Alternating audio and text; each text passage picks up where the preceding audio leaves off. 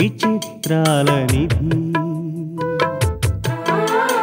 ఓ విధి విచిత్రాల నిధి వింత కథల సారథి ఆశ నిరాశల వారధి నిరంకుశ నిర్ణయాల నిర్దయవానిధి ఓ విధి విచిత్రాల నిధి ఓ విధి విచిత్రాల నిధి. అలాంటి దానివి ఇలాంటి దానివని బూతులు తిడుతూ కొట్టడం మొదలుపెట్టాడు. కొట్టడం నువ్వు చూసావా? చూశాను. తర్వాత ఏమైంది? ఓ ఆడపిల్లను అంతలా కొట్టడం చూడలేకపోయాం. ఏదోలా ఆ అమ్మాయిని రక్షించాలని కొట్టొద్దని అడ్డుకోబోయాం. అతను ఎలా రియాక్ట్ అయ్యాడు? మీకు అనవసరం అని మమ్మల్ని కూడా తిట్టడం మొదలుపెట్టాడు. మేము నచ్చజెప్పబోతుంటే మీదకొచ్చి మమ్మల్ని కూడా కొట్టాడు. ఇంకాసేపు ఇక్కడే ఉంటే చంపేస్తానని బెదిరించాడు. అతన్ని నువ్వు గుర్తుపట్టగలవా? అడుగో, అతన్నే మేము ఆ రోజు చూసింది. తర్వాత ఏం జరిగింది? అతనికి భయపడి మేము పారిపోతుంటే పోలీసులు పట్టుకున్నారు. దేనికి? మా దగ్గర మందు సీసాలున్నాయి. పబ్లిక్ ప్లేసుల్లో మందు కొడుతున్నామని పట్టుకున్నారు. That's all your honour. Any cross examination? Yes your honour. రాత్రి వేళ మీరు చెరువు దగ్గరికి ఎందుకు వెళ్ళారు? మందు కొడదామని వెళ్ళాం.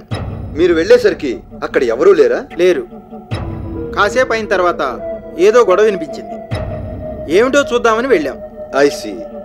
మీరు వెళ్ళిన ఎంతసేపటికి గొడవ వినిపించింది? పావు గంట అనుకుంటాను. అప్పటికి మీరు మందు తాగే ఉన్నారు కదా? 2 పెగ్గులే తాగాం. చుట్టుపక్కల లైట్లు ఏమైనా ఉన్నాయా? ఉన్నాయి, కానీ అయినా చీకటిగానే ఉంది. అంటే వాళ్ళిద్దరూ చీకట్లో మాట్లాడుకుంటున్నారన్నమాట. అవును.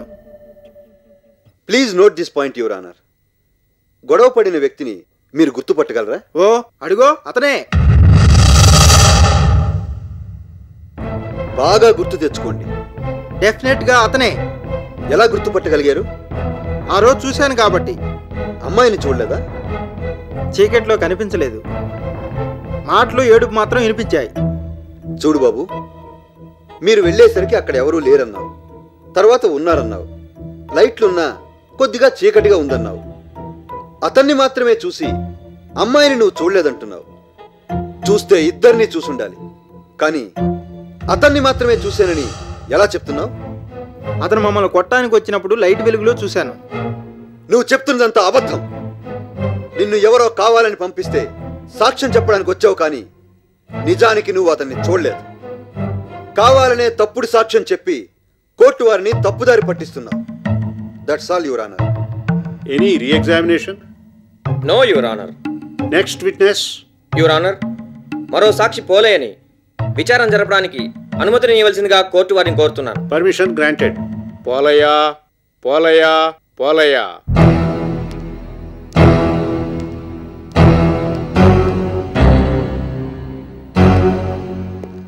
నీ పేరు? పోలయ్య అండి. ఏం చేస్తుంటావు? బట్టలు తూతుంటానండి. ఆ రోజు రాత్రి హత్య జరగడం నువ్వు చూసావా? చూశానండి. ఏం జరిగిందో చెప్పగలవా? చెప్తానండి. ఇప్పటికీ కళ్ళకు కట్టినట్టు చెప్తానండి. సరే చెప్పు. ఆ రోజు రాత్రి నేను బట్టలు ఎత్తుకెళ్ళానండి. నా పనిలో నేను ఉంటే బయట అరుపులు కేకలు వినిపించాయండి. ఏటా అని భయపడుతూ చూస్తే దూరంగా ఇదిగో ఈయన ఓ ఆడకూతురుతో గొడవ పడుతున్నారండి. ఆ అమ్మాయిని చెడామడా తిట్టేస్తున్నారండి. నువ్వు అలాంటి దానివి ఇలాంటి దానివని. పాపం ఆ ఆడకూతురు ఒకటే ఏడుపండి. ఏదో చెప్తుంది, కాళ్ళు పట్టుకుని బతిమాలుతుంది. అయినా ఈయన గారు మాత్రం వింటలేదండి. నేను మాత్రం సోద్యం చూస్తూ అట్టగా నిలబడిపోయానండి. ఆ తర్వాత కొట్టడం మొదలు పెట్టాడండి. కొట్టడం అంటే అలాగేలా కాదండి, ఆ పిల్ల ఎక్కడ చచ్చిపోద్దన్నట్టు కొడుతున్నాడండి.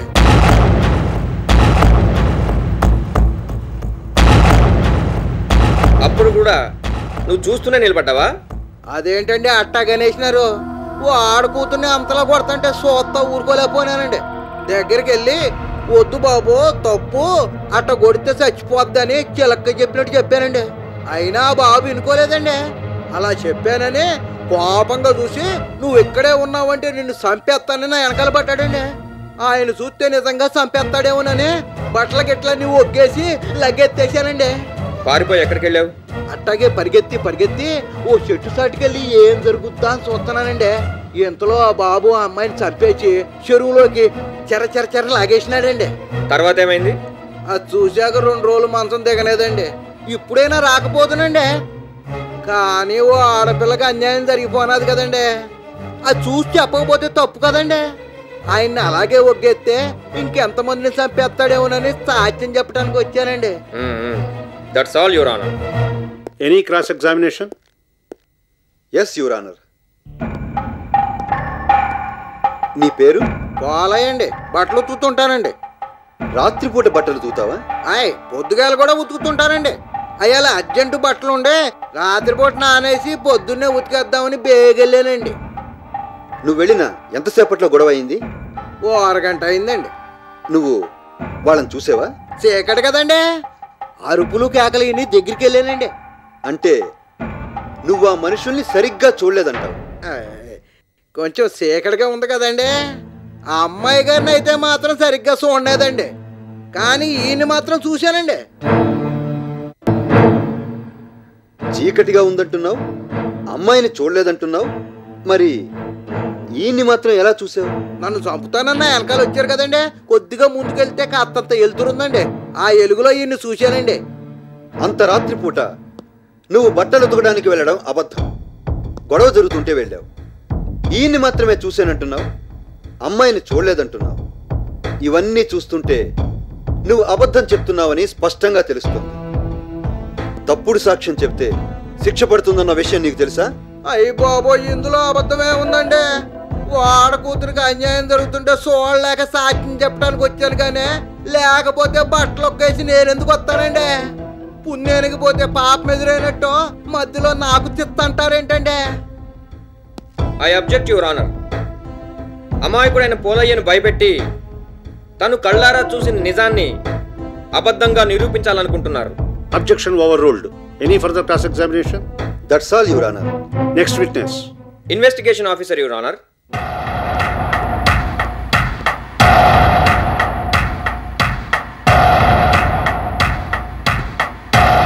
హత్య జరిగినట్టు మీకు ఎలా తెలిసింది? రిపోర్ట్ వచ్చింది.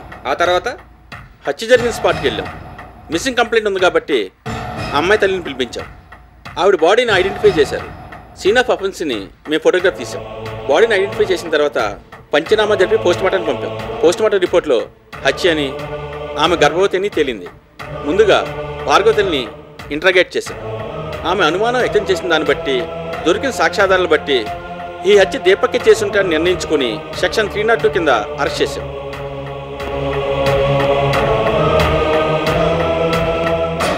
ఈ బ్రాస్లెట్టేనా మీకు సీన్ ఆఫ్ అఫెన్స్లో దొరికింది? అవును, ఇదే.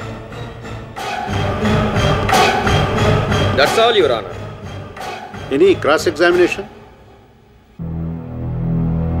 సాక్ష్యాధారాలను బట్టి చూస్తే ప్రాపర్ ఇన్వెస్టిగేషన్ జరపకుండా హడావిడిగా తొందరలో ఛార్జ్ షీట్ ఫైల్ చేసినట్టు తెలుస్తోంది.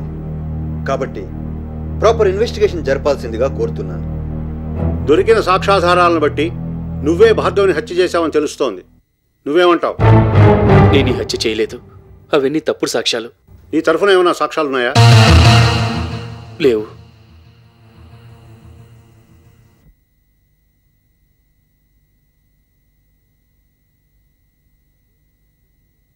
This case is adjourned to 23rd February for hearing.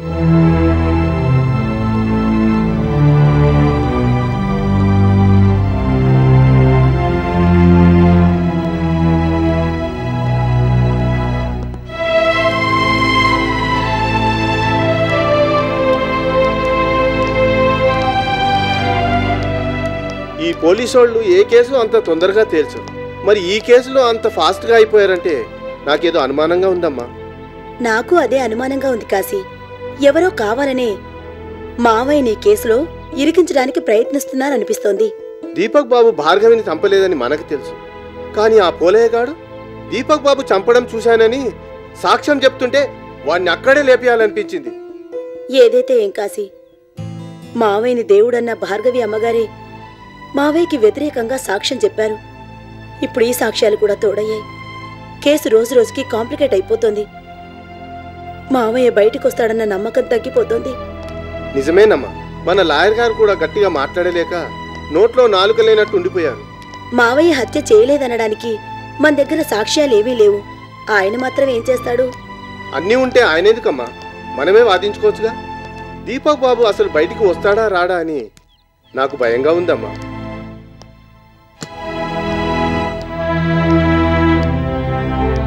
చూడు కాశీ, ఈ కోర్టు విషయాలేమీ అమ్మమ్మకు చెప్పొద్దు. లాయర్ గారు బాగా వాదించారని, మావయ్యకేమీ పర్వాలేదని చెప్దాం. లేకపోతే అమ్మమ్మ తట్టుకోలేదు. అది నిజమేనమ్మా, అలాగే చెప్దాం.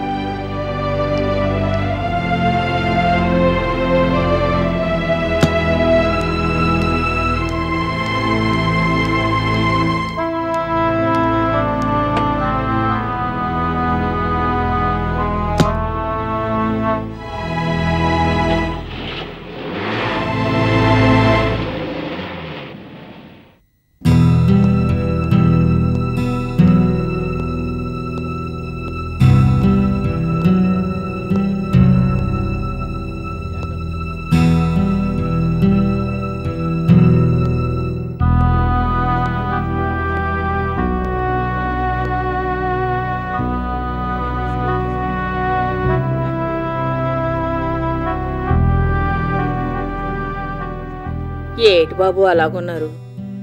కోర్టుకెళ్ళినట్టున్నారు. ఏటైంది బాబు? ఏమీ కాలేదు నొక్కాలు.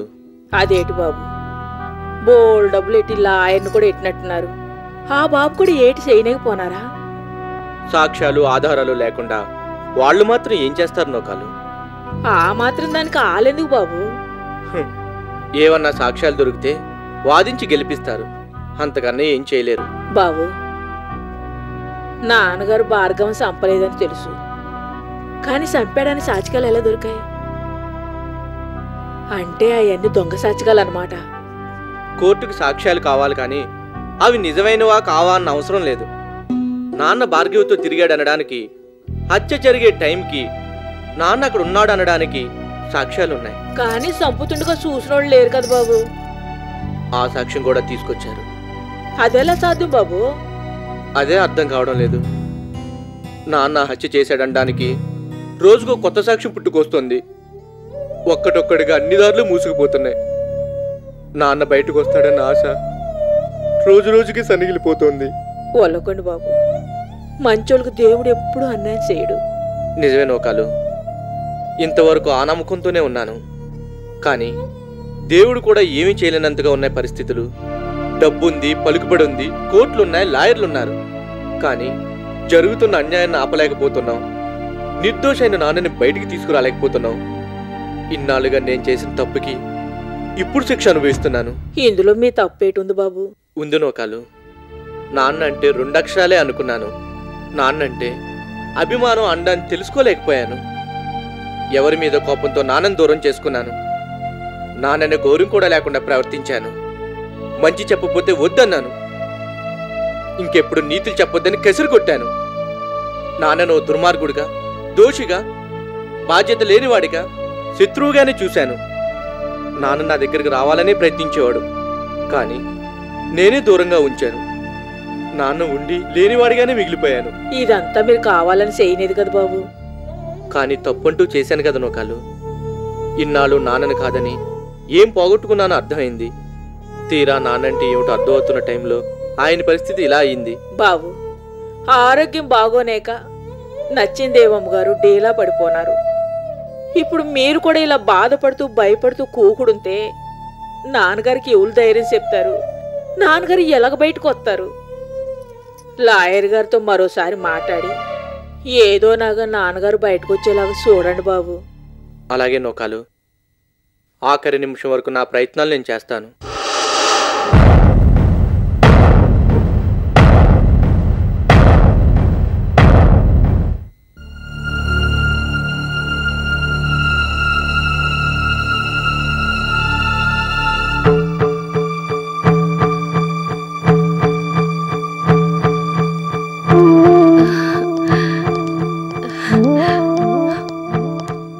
అమ్మయ్యా, వచ్చేసారా?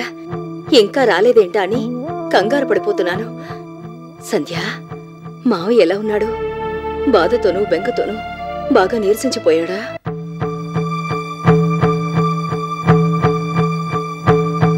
సంధ్య, చెప్పమ్మా, ఎందుకలా ఉన్నావు?